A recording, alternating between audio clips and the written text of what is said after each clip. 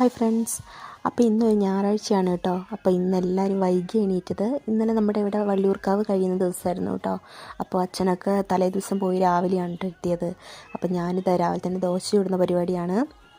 അമ്മ ഈ സമയം നോക്കിയിട്ട് അലക്കാൻ വേണ്ടി പോയിട്ടുണ്ട് കേട്ടോ. അപ്പോൾ ഞാനാണ് പറഞ്ഞത് ഞാൻ ദോശ ചൂടാന്ന്.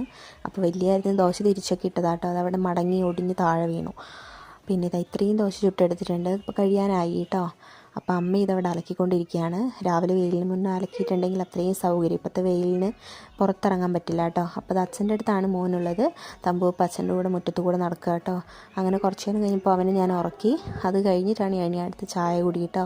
അപ്പോൾ ഇത് ചായ കുടിക്കാൻ പോവുകയാണ്. ദോശയുണ്ട്, ചട്നിയുണ്ട്, ചായയുണ്ട് കേട്ടോ. ചായ കുടിച്ച് കഴിയുമ്പോൾ തന്നെ ആളെ എണീറ്റ് വന്നിട്ടുണ്ട്.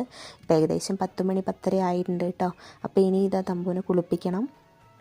അങ്ങനെ കുറച്ച് പരിപാടിയൊക്കെ ഉണ്ട്. അപ്പോൾ നമ്മുടെ പേരക്ക മരത്തിൽ ഇതാ കുറച്ച് 2-3 പേരൊക്കെ ആയിട്ടുണ്ട് കേട്ടോ. അപ്പോൾ അച്ഛനെ കൊണ്ട് പറപ്പിക്കുക. കുറച്ച്